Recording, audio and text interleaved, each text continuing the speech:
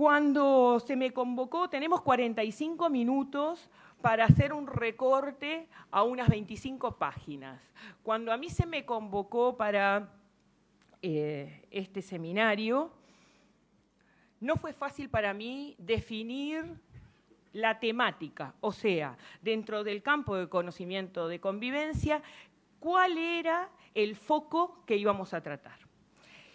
Y luego de una profunda reflexión y larga, porque vuelvo a repetirles que esto está organizado desde marzo, saqué la conclusión, y a partir de mi lectura, que de lo que menos se ha trabajado en el tema de convivencia, que no significa que no se ha trabajado, es el tema del conflicto. Por lo tanto, mi charla tiene el siguiente título: Convivencia-conflicto.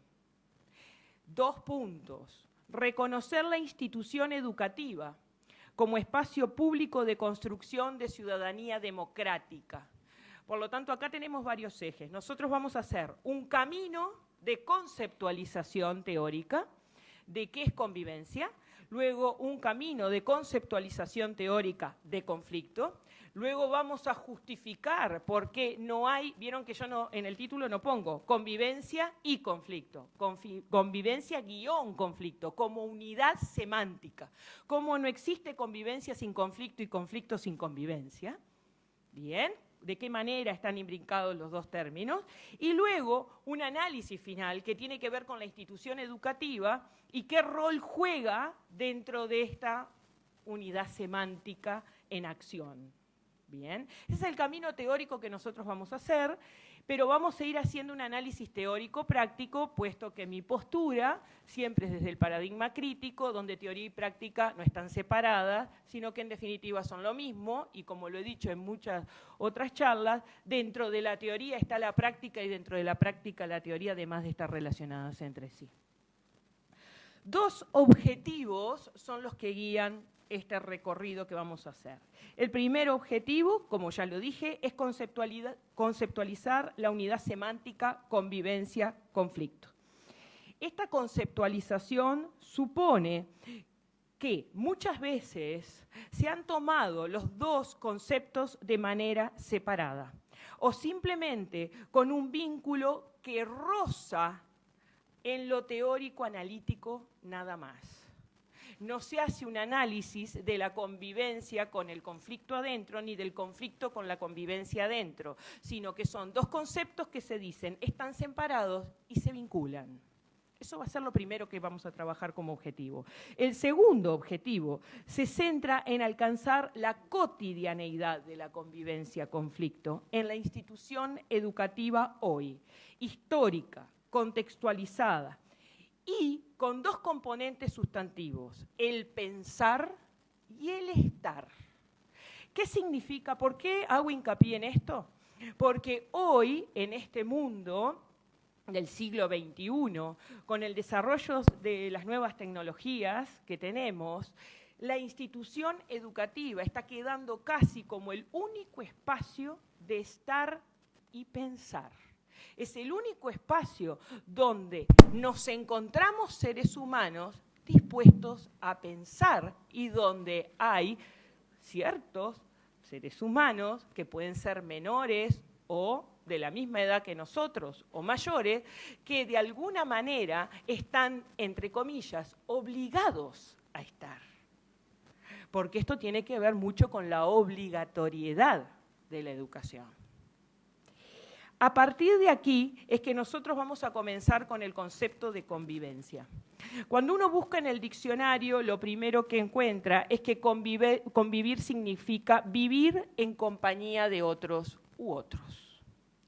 Y resulta ser que cuando uno accede a ese concepto, que es de alguna manera la definición de un término del diccionario de la Real Academia Española, uno agarra y dice, bueno, ¿no, ¿te podés quedar con eso? No, uno no se puede quedar con eso.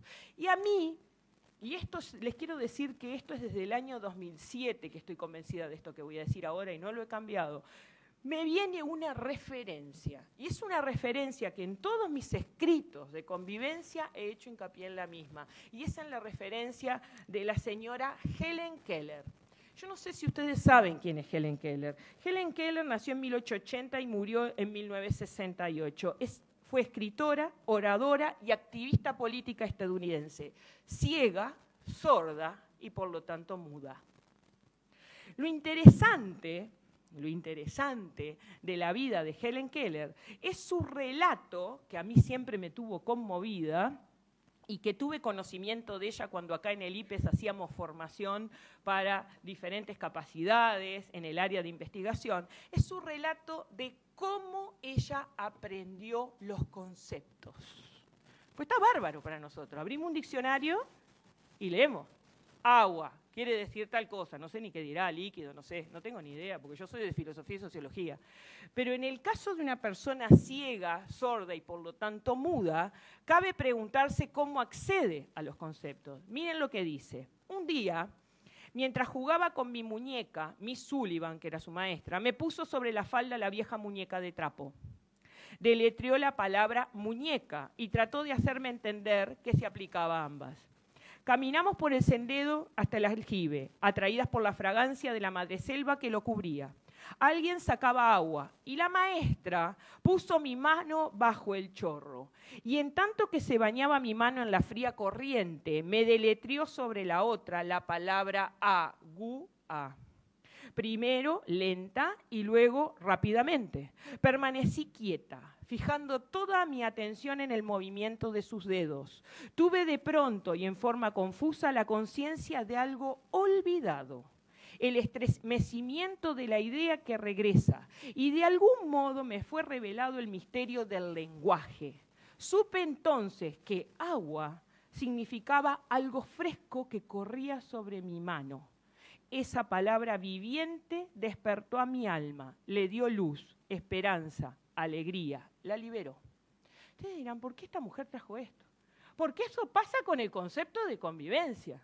Nosotros podemos pasar 25 seminarios hablando de qué es convivencia, leer 35.000 libros, y mientras no tengamos la vivencia, mientras no tengamos esta sensación, como dice ella, de algo olvidado, del estremecimiento, no logramos el proceso de aprendizaje del concepto.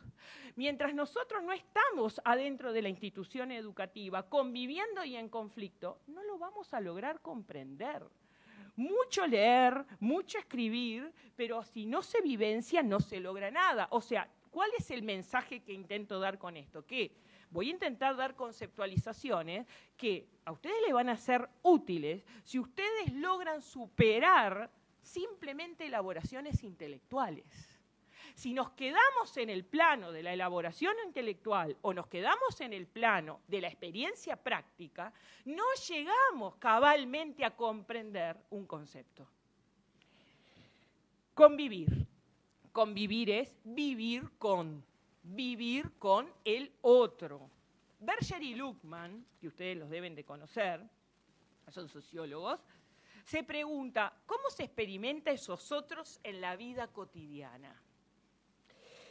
Y ellos plantean, y adhiero a esta posición, que la experiencia sustantiva es el encuentro cara a cara. Por más que hoy nos quieran hacer creer que hay otras formas de encuentro, sí son válidos, no los negamos. Pero el encuentro sustantivo de dos seres humanos es el encuentro cara a cara.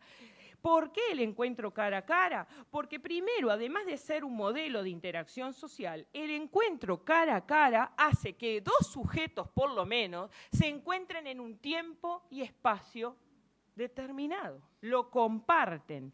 Ese intercambio permite algo que se llama expresividad. Me sonrió, me guiñó, me refunfuñó, puso mala cara, no me digan que no les ha pasado ese tipo de cosas. Aquello de que me escribió el mail y hay una interpretación equivocada porque no tengo el encuentro cara a cara. Está buenísimo, nos escribimos el mail y después nos tenemos que llamar para explicar a ver qué pusimos en el mail. Porque muchas veces ocurre eso. Bueno, eso es lo que los autores están tratando de captar. O sea, hablo por teléfono, sí, pero yo siento la voz, dime un paso más adelante, pero no vimos la gestualidad. Y la gestualidad dice mucho. En la sociología la gestualidad es clave y en el concepto de convivencia la gestualidad es clave. Bien, ese encuentro frente a frente o distanciamiento físico, como tantas otras posibilidades, va condicionando el vínculo de unos con otros. No obstante, y acá viene algo importante, en ese encuentro hay dos componentes. Un componente que es subjetivo, me miró mal. Hay una interpretación. Los que acá saben de sociología sabrán que Weber hace toda una interpretación de las relaciones sociales.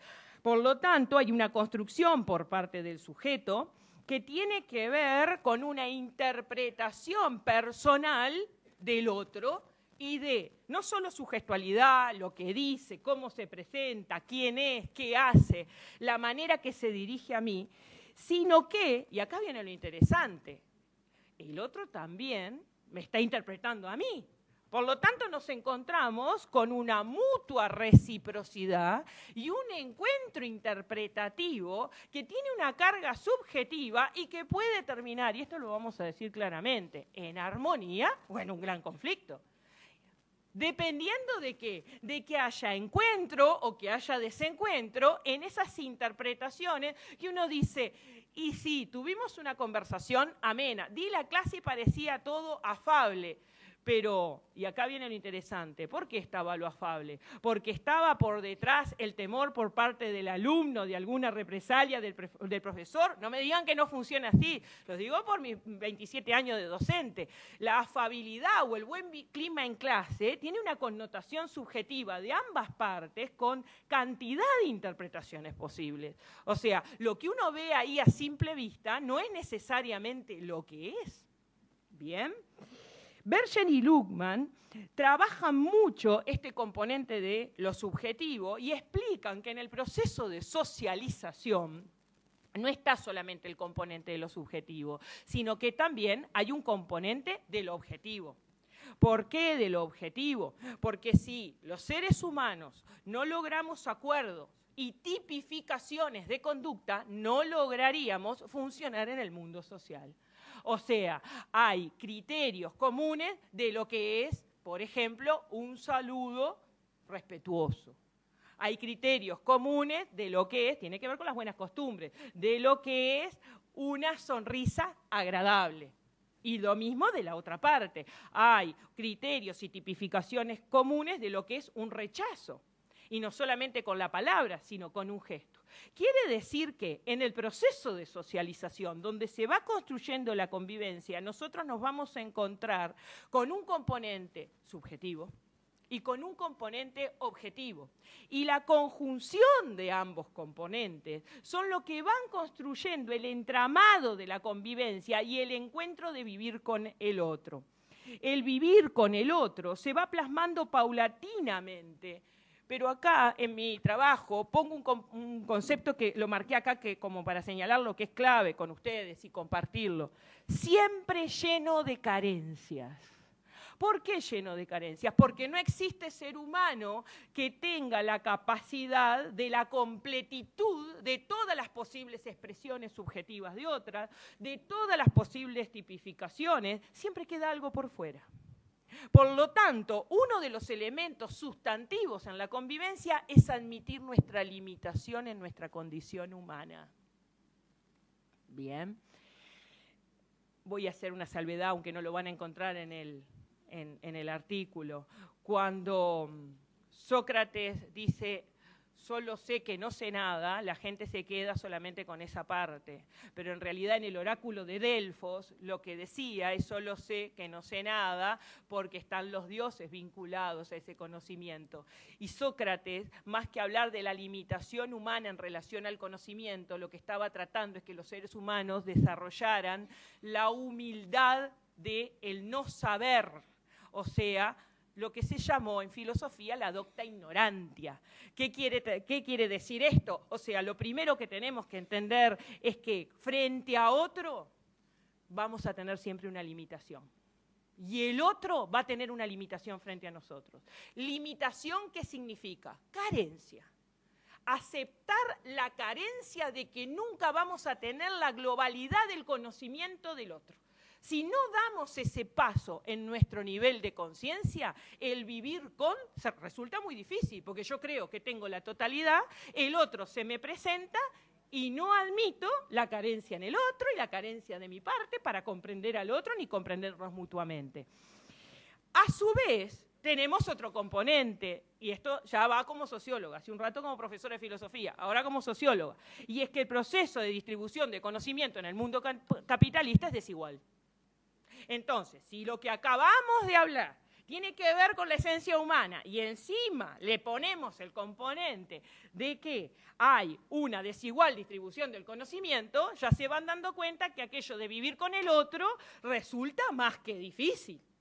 ¿Por qué resulta difícil? Porque yo me voy a encontrar con un otro adelante mío que sí tiene que ver conmigo, es su condición humana, pero quizás no tenga nada que ver conmigo en su historia personal, en su contexto, en su historia de vida. Bien. Kuyen plantea, discúlpenme, me voy a sacar el saco, pero siempre voy entrando en calor. Porque además como me apasiona y me encanta, en este momento es cuando empiezo a disfrutar. Al principio uno dice, bueno, ¿con qué me encontraré? Kuyen, que todos lo deben de conocer, hace un planteo interesante y dice, la convivencia está regulada socialmente, es en realidad un problema cultural. La regulación social de la convivencia parece exigida por dos obstáculos, miren esto. Uno relacionado con la realización del deseo y otro relacionado con el ejercicio del poder. Quiere decir que cuando nosotros nos encontramos con otro, tenemos dos mundos con deseos diferentes. Y dos deseos a su vez vinculados con el poder diferente. Cuando uno habla de poder, generalmente está pensando en el poder vinculado a la esfera político-partidaria, ¿verdad? No, rompan con ese esquema. El poder tiene que ver con la capacidad de incidir sobre las conductas de los otros y hacer la propia voluntad. Bien, quiere decir que en el encuentro de dos seres humanos nos encontramos con estos dos componentes en pugna. Por lo tanto, ya estamos viendo algo, que dentro de la convivencia hay intereses encontrados. No sé si se van dando cuenta de lo que les digo. Porque es imposible, casi resulta imposible, que los intereses míos acuerden totalmente con los intereses que tengo frente a mí en relación al deseo y al poder. Y si coinciden los intereses, pueden no coincidir los grados de interés. No sé si me entendieron lo que estoy queriendo decir. Puede coincidir que el deseo sea el mismo, pero este lado tiene mayor deseo o lo comparte con otros deseos y el que está frente a mí lo maneja de otra manera. Bien. Evidentemente, desde este planteo, la convivencia tiene que ver con la realización del deseo dentro de un marco de ejercicio de poder que implica, y acá viene algo fundamental para nosotros los que somos docentes, la toma de decisiones. En el momento que el sujeto toma una decisión, pone en juego estos dos componentes. Y es un ejercicio permanente, donde en el encuentro con el educando, que también tiene deseo, el deseo tan simple como pasar de año, pero también puede ser el deseo tan simple de que sus compañeros lo quieran. Y muchas veces ahí entra el poder y el choque y el antagonismo entre el deseo de pasar de año y caer simpático a los compañeros. No sé si me van entendiendo. O el profesor, el deseo de poder, de tener el grupo controlado, pero al mismo tiempo quiere de alguna manera hacer sentir su autoridad. O sea, piensen en toda la gama de posibilidades que hay en relación a esto. Yo sé que solo tenemos 45 minutos, pero está muy bueno para que después, de alguna manera, ustedes dialoguen entre ustedes toda la gama de posibilidades que hay dentro de la institución educativa. Kuyen nos dice que a través de estos dos componentes va surgiendo el sujeto autónomo, comunicador de razones sobre la base de argumentos racionales, capaz de reconstruir históricamente los saberes acerca de las normas sociales y de convivencia y de esta forma alcanzar la tan pretendida legitimidad. O sea, lo que nos está planteando el pensador es que, de alguna manera, el ser humano, con estos dos componentes, no los deja en un plano de nivel inconsciente, sino que el ser humano comienza a hacer argumentaciones racionales justificativas de sus deseos y de su ejercicio de poder y su toma de decisiones. El ejemplo básico de esto, voy a ir a algo curricular, es la planificación. ¿Qué es una planificación de una clase? Una planificación de una clase, ahora acá lo puedo decir como gestora de un centro, la planificación estratégica del centro. ¿Yo saben lo que digo que es la planificación? Es la justificación racional de mis deseos de ejercicio de poder dentro del IPE. Obviamente escuchan los funcionarios, salen corriendo. Pero es que es real. Uno tiene que tener la capacidad de darse cuenta que las planificaciones, en definitivamente, ¿qué expresan? Una voluntad. El problema es que en esa voluntad vos vas expresando decisiones de acción que pueden o no tener acuerdo con el resto del colectivo. Y ahí empieza cómo se construye esa planificación. ¿Cómo es que se va trabajando con los otros? ¿Cómo se trabaja en la convivencia cotidiana? ¿Bien?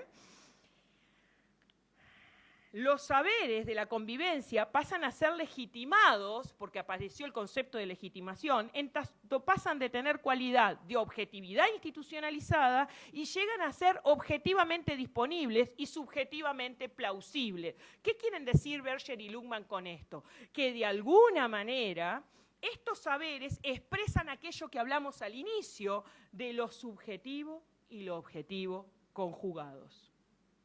Y la institución educativa, ¿qué tiene que ver con esta conceptualización de convivencia?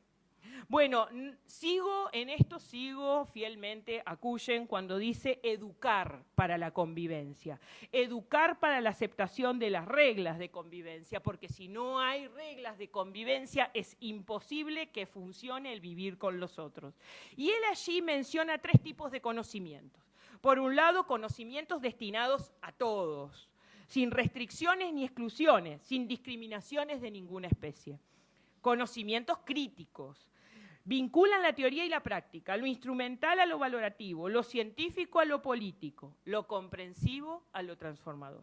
Y conocimientos solidariamente responsables. Están orientados por un interés emancipatorio en relación con todas las violencias internas y externas. A mí me parece muy sustantivo estos 3 tipos de conocimientos que Cullen menciona dentro del ámbito de la institución educativa. Muchas veces, escribí por aquí, al analizar la convivencia desde un enfoque de la vida cotidiana escolar, se asocia el concepto de lo cotidiano con lo espontáneo, de la apariencia con la espontaneidad surgida a veces. Se lo vincula con lo mecánico y lo automático. Sin embargo, esto es un reduccionismo conceptual. Eso lo explican Viscardi y Alonso claramente en su libro, cuando dicen la convivencia resulta de un trabajo sistemático de vínculo con el otro y consigo mismo. No existe la convivencia espontánea, no existe la convivencia saludable espontánea, ni tampoco existe de manera automática. Hay que trabajarla. Por eso estamos acá y estamos convencidos que este proceso implica un trabajo de conciencia entre todos nosotros. De alguna manera, en ese trabajar esa convivencia saludable, aparecen 2 elementos sustantivos. El educador, nosotros, y los rituales dentro de la institución educativa, instalados en tiempo y espacio como mediación estructural.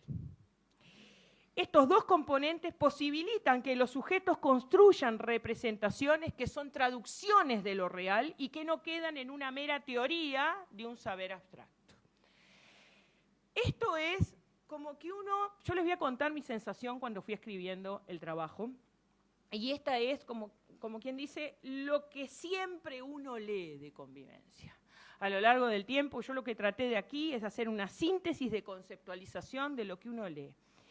Y ahora entramos con el tema del conflicto, que realmente para mí es la parte más jugosa y la que más me gusta de mi trabajo. Que ustedes me dirán, no, Alejandra, es un desastre, pero bueno, yo con entusiasmo la voy a presentar ante ustedes. El concepto de convivencia en primera instancia parece no estar vinculado al concepto de conflicto.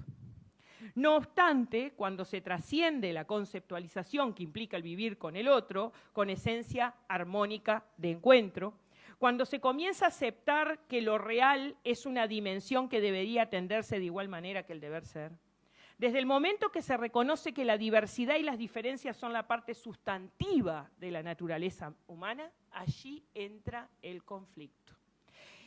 Y el conflicto está implicado en la convivencia. Son dos conceptos, porque yo decía, no lo voy a mencionar y voy a decir que está dentro. Encontré como manera de expresarlo, de manera escrita y verbal, poner convivencia-conflicto. Convivencia y conflicto no son términos excluyentes. El conflicto no rompe ni destruye lo que la convivencia logra unir o crear. Eso es lo que la gente generalmente... Hay un conflicto, ¿verdad? Entonces, rompió la armonía que teníamos. Eso es un preconcepto clarísimo de ello. Desde los teóricos, y ustedes lo van a ver acá en el trabajo, nosotros tenemos en sociología lo que Giddens agrupó como perspectivas del conflicto y perspectivas del consenso. Después ustedes lo leen en el trabajo, donde las perspectivas del consenso, un representante es Durkheim. Y un representante de la teoría del conflicto es Marx, evidentemente, ¿verdad? A partir de aquí, después ustedes leen eso, porque yo quiero llegar a otros componentes más sustantivos del trabajo.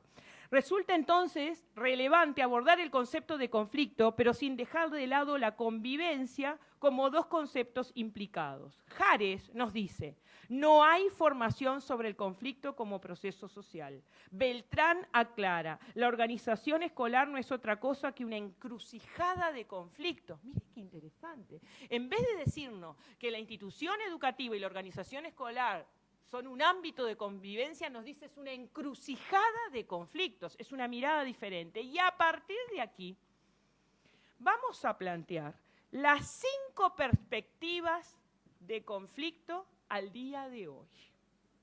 Y esto es, creo, lo que más voy a disfrutar de toda la exposición. Primera perspectiva, yo la voy a enunciar y después la voy a explicar. Se puede establecer un enfoque del conflicto que supone su negación. Ustedes imagínense la situación. Se genera un conflicto, primera perspectiva, su negación. Voy a dar un ejemplo. Ponemos en la clase la prueba escrita. Yo voy al aula, yo soy docente, no puedo dejar de dar ejemplos de docente. Y levanta la mano un alumno. Las consignas son un mamarracho, profesora. No solamente no se entienden, sino que no tiene nada que ver con lo que usted dio durante el curso. No me digan que no les ha pasado eso. Sí, tiene razón el compañero. Otro, me parece que sí, que es así, la docente. Bueno, hay dos opciones. O no hacen la prueba y se quedan sin hacer la prueba, o no sé, porque en definitiva, porque son así los planteos. O no sé, miren que me estoy autocriticando a mí, que he pasado por todo esto en 26 años y habré hecho desastres, ¿no? O bueno, la otra opción es, hagan todos la prueba y después vemos. Pero acá que no se pierda la oportunidad de hacer la prueba, porque otro día no hay para hacer la prueba. Muy común es eso. Momento de votación ciudadana. Llega el momento de la persona, no, porque yo no voy a votar porque de alguna manera no estoy de acuerdo porque la urna está mal. Mire la cola que hay. Usted está trabando al resto de los demás en su posibilidad de votación. O sea, que el argumento de negación muchas veces lo que trae atrás es una fundamentación democrática. Si ustedes observan el discurso del que defiende el acto en sí mismo que se tiene que cumplir, siempre es una fundamentación democrática. O sea, piensen los otros, no piensen usted mismo. ¿Pero qué está haciendo? Está negando el conflicto. Bajo el escudo de la democracia se niega el conflicto. Se lo evita a través de un proceso de negación, dándole más importancia al acto democrático que al conflicto en sí mismo para ser tratado. Es usual la negación del conflicto desde la supuesta definición de la democracia. Se plantea como recurso para su negación el no discutir sobre la base de supuesta solidez de aspectos formales del funcionamiento democrático. Generalmente, cuando está por surgir el conflicto, se detiene la situación haciendo hincapié en el cumplimiento del acto democrático que se está cumpliendo. Tiene que haber clases, porque tenemos el tema de que, de alguna manera, hay que cumplir con las clases. Ejemplo de ello, yo acá lo puse, es el momento de votación o la realización de una prueba escrita escolar. Barcelona al respecto aclara, la democracia es inseparable del conflicto. El tema del conflicto evoca el tema de la elección entre alternativas posibles, entre opciones diversas. Abre la cuestión democrática en el punto más alto. Segunda concepción y perspectiva de conflicto. El conflicto es concebido como disfunción dentro del sistema de referencia que denota un problema de eficacia para una convivencia saludable. ¿Qué quiere decir esto? Generalmente se dice, bueno, se llegó al conflicto porque se planificó mal o no hubo una previsión de que podía haber un conflicto. Esto por detrás tiene una concepción positivista, funcionalista y sumamente tecnocrática, donde la teoría ilumina la práctica. Y que si vos no prevés en teoría lo que va a pasar en la práctica, la quedaste y te agarraste un conflicto. Cuando en realidad teoría y práctica son una misma cosa y es imposible, como hoy lo hablamos en el mundo de las carencias, prever todo lo que va a ocurrir porque, como Weber lo decía, el ser humano es de alguna manera un ser impredecible. O sea, ni la planificación más perfecta va a evitar algo que está en la naturaleza de la convivencia, que es el conflicto. El conflicto se produce en la práctica por una mala planificación o una falta de previsión, se dice. Es decir, que el problema es de índole exclusivamente teórico. Detrás de esta perspectiva está una concepción de la relación teoría-práctica como dos elementos separados. La teoría ilumina la práctica y cuando no lo hace o lo hace de forma no adecuada, en la práctica surge el conflicto. Por lo tanto, hay que evitar una planificación insuficiente a nivel teórico y se logrará evitar el conflicto. No sé si se van dando cuenta que con esto hay responsables. Siempre hay responsables, porque yo busco quien planificó. Y quien planificó no tuvo las luces suficientes para llegar a evitar eso. No obstante, la teoría práctica son una unidad. No son separables a nivel alguno. Por lo tanto, no es cuestión de planificación teórica que surja el conflicto y menos que se evite o se solucione. Tercera concepción. El conflicto es estigmatizado a nivel ideológico-político. Se hace referencia a la necesidad de neutralidad y objetividad como dos pilares del adecuado análisis de lo social y su redundancia en el funcionamiento del sistema. O sea, permanentemente cuando hay un conflicto se dice que viene de un sector ideológico-político determinado. Se encuentra claramente quién es el responsable y el culpable y entonces ese chivo expiatorio es sobre el que se coloca la responsabilidad de todo lo que ocurre en el marco del conflicto. No se está aceptando que el conflicto no es que sea natural, sino que intrínsecamente está dentro de la convivencia y no hay manera de evitarlo. Y está más allá de que haya sectores que tengan una tendencia a ver el mundo más centrado en el concepto de conflicto que en el concepto de convivencia. O sea, estén esos sectores ideológicos partidarios existentes o no en el universo, igual el conflicto se va a manifestar. Cuarta perspectiva, se acepta el conflicto como parte, esta está buenísima, esta está genial. Se acepta el conflicto como parte de la convivencia, pero se señala como imperativo la necesidad de gestionarlo para resolverlo y volver al control de la situación. Entonces, se empieza a hablar de que hay que hacer un diálogo, que las partes tienen que dialogar, que tienen que llegar a un consenso, que tienen que llegar a un acuerdo. Ahora, la pregunta acá, y hay autores, ustedes van a ver, sobre los que me baso para este análisis, ejemplo, Kari Kemis, donde dice, ¿por qué la gente tiene que desistir de su manera de pensar para llegar a un consenso con otro? A ver, si yo pienso que esto es negro y el otro lo ve gris, ¿por qué me obligan a dialogar para llegar a un acuerdo con el fin de la armonía? O sea, ¿qué es lo que me plantean Kari Kemis? Que esta perspectiva de interpretaciones de comprensión y significado, donde de alguna manera se les solicita a los sujetos que se encuentren, que en ese encuentro dialoguen, que de allí salga el consenso, la armonía y que haya canales de comunicación fluidas, por detrás, ¿qué está teniendo? Está teniendo una visión conservadora del mundo social, donde de alguna manera se le está pidiendo al sujeto que deje de pensar lo que piensa, que deje de ser lo que es, ¿en pos de qué? De la sociedad y de fines últimos sociales. Última concepción. Se concibe al conflicto no como natural, sino necesario para el cambio social. Esta perspectiva es crítica y la base de esta perspectiva es, primero, tener como variable de análisis que Alarcón es uno de los, de alguna manera, sociólogos españoles que adhiere a esta postura, la diferencia. La aceptación de la diferencia implica asumir la conciencia colectiva de las contradicciones. Los antagonismos son parte de las relaciones sociales en la estructura social. El conflicto cumple el papel de hacerlos visibles. Lo bueno es que siempre están las contradicciones y hay que estar dispuesta a tenerlas ahí adelante. Esta visibilidad otorga la posibilidad de la transformación social por parte de los sujetos. Estos pueden dialogar, pero no tienen por qué dejar de ser lo que son y pensar lo que piensan acerca de lo que sea. Estos pueden acordar sin la necesidad de llegar a acuerdos que impliquen cambiar su forma de percibir distintos aspectos de la realidad. Y yo les voy a ir a algo bien simple. Mis mejores amigas son aquellas con las que no vemos el mundo de la misma manera, pero nos sentamos y la pasamos bárbaro. Algo tan elemental y cotidiano. Pero lo primero que tuvimos que asumir es que no veíamos el mundo de la misma manera. Esa es esta perspectiva. Estos pueden acordar sin la necesidad de llegar a acuerdos. La construcción de la comunidad dialógica no requiere sujetos que tengan consenso y que pretendan una convivencia ajena al cambio. La base de una convivencia saludable es la dinámica de la acción social de sujetos diferentes y la mayoría de las veces con posturas irreconciliables. Y uno dice, posturas irreconciliables. Y Capo Casale diría, maravilloso. Porque es la expresión de la condición humana. Y es justamente ahí donde está la efervescencia creadora.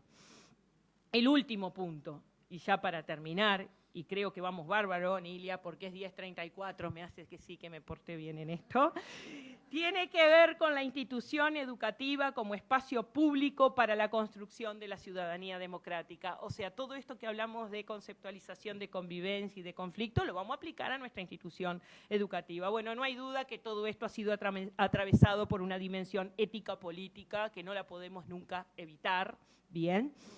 No hay duda que los principios éticos constituyen de alguna manera lo social y se institucionalizan públicamente. La institución educativa es un espacio público, yo me imagino que de esto han leído cantidad, que conjuga la relación individuo-individuo, individuo-sociedad, institución-institución, institución-Estado, y que no dudo que a lo largo de este seminario van a trabajar grandemente sobre estos temas y profundamente, inclusive con grandes nombres que vienen desde el extranjero, que trabajan estos conceptos. Y siempre Cuyen hace mucho hincapié en el tema de que hay una razón pública, que es la razón de educar. Esa razón pública sustantiva es la razón de educar. Eso está en todos sus escritos, en toda su obra.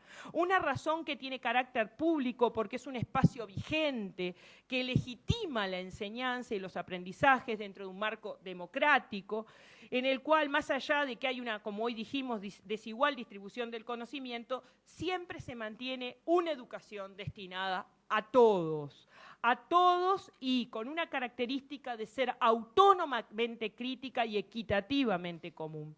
Y un sujeto que es un sujeto con inteligencia no solo teórica, sino con inteligencia práctica, que va construyendo su identidad, y no importa si es el docente, el auxiliar de servicio, el alumno, el que es el responsable gestor de la institución, ya a esta altura poco importa eso, y ese sujeto aprende su deseo de ser y estar en ese espacio público poco a poco y a través de la institución educativa. Y un sujeto que esa razón de educar la va construyendo a través de una razón ética, una razón social y una razón política, que son tres razones que se conjugan porque la ética tiene que ver con la dignidad de la personalidad de todo sujeto, la social con la convivencia respetuosa y la política con esa justicia social que todos esperamos y nunca llega en el mundo del deber ser, pero que tenemos que tenerla adelante como toda utopía, que ese es el papel de la utopía, es tenerlo adelante y hacia dónde vamos, porque a veces dice, ¿para qué la utopía? Porque es hacia dónde vamos, es lo que te da energía para seguir para adelante.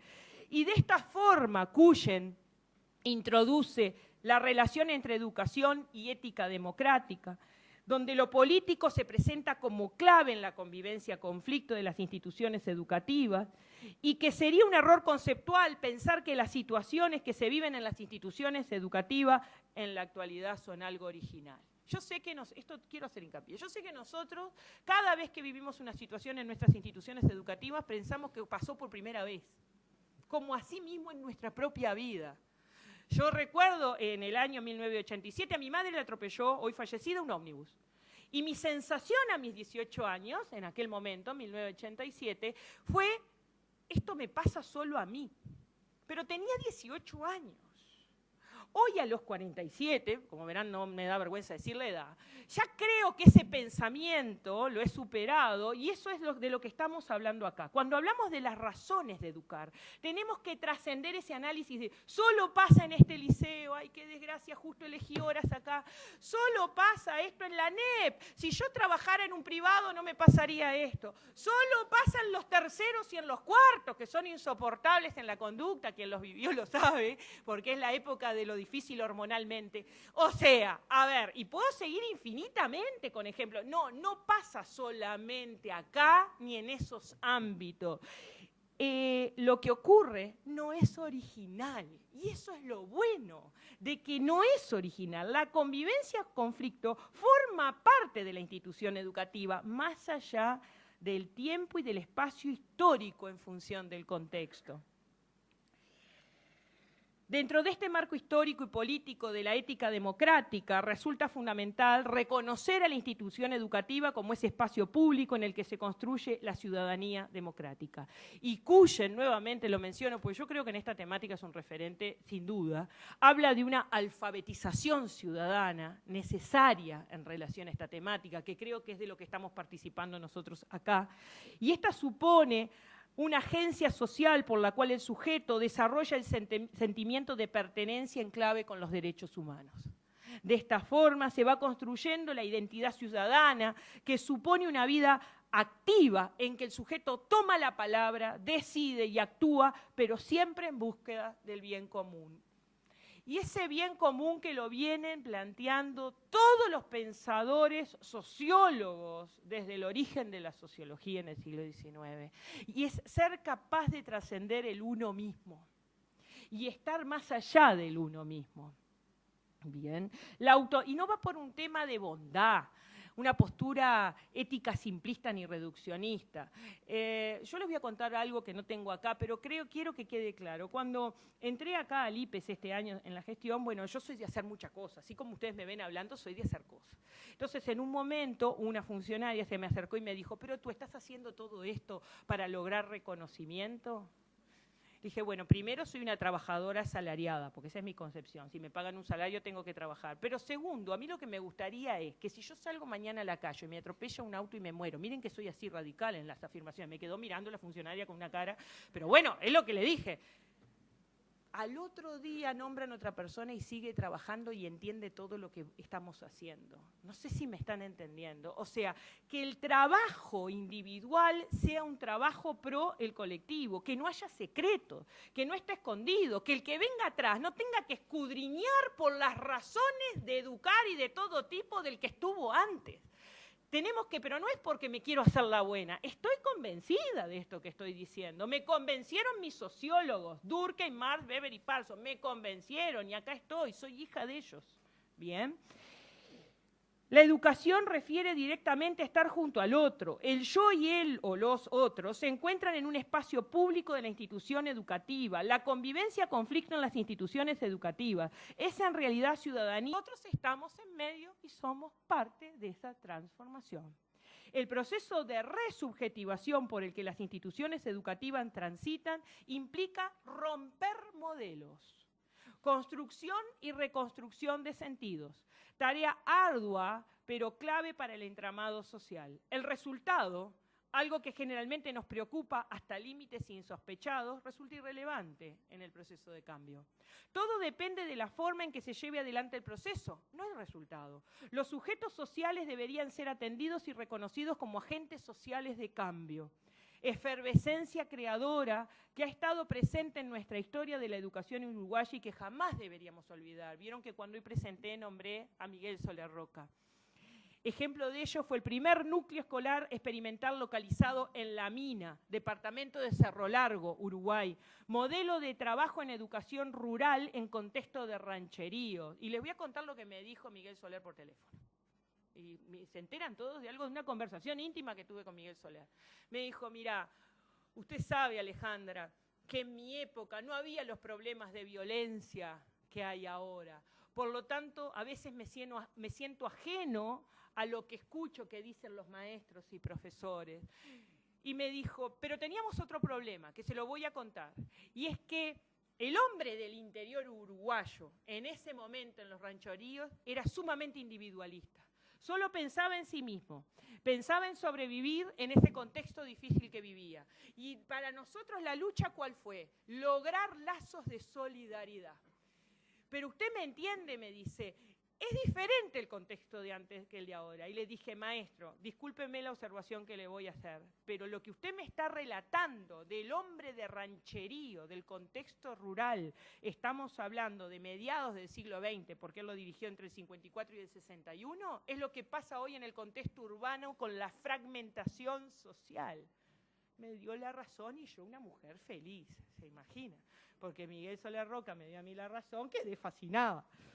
Allí se desarrolló de forma empírica la educación fundamental, así se llamó, que no impone soluciones, todo lo contrario, propone cambio de actitud, crea conciencia en torno a problemas existentes, los somete a discusión pública, no tiene miedo, eso es un elemento fundamental al conflicto, concita fuerzas locales para su solución, coordina esas fuerzas, organiza la comunidad, forma dirigentes locales, atiende la esfera gubernamental, investiga en forma constante, educa a los miembros de la comunidad pro derecho.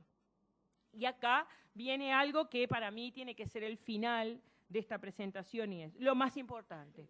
Actúa sin apuro, pero de forma presurosa, sin dejar pasar lo que ocurre mirando para otro lado. Muchas gracias. Espero que les haya servido.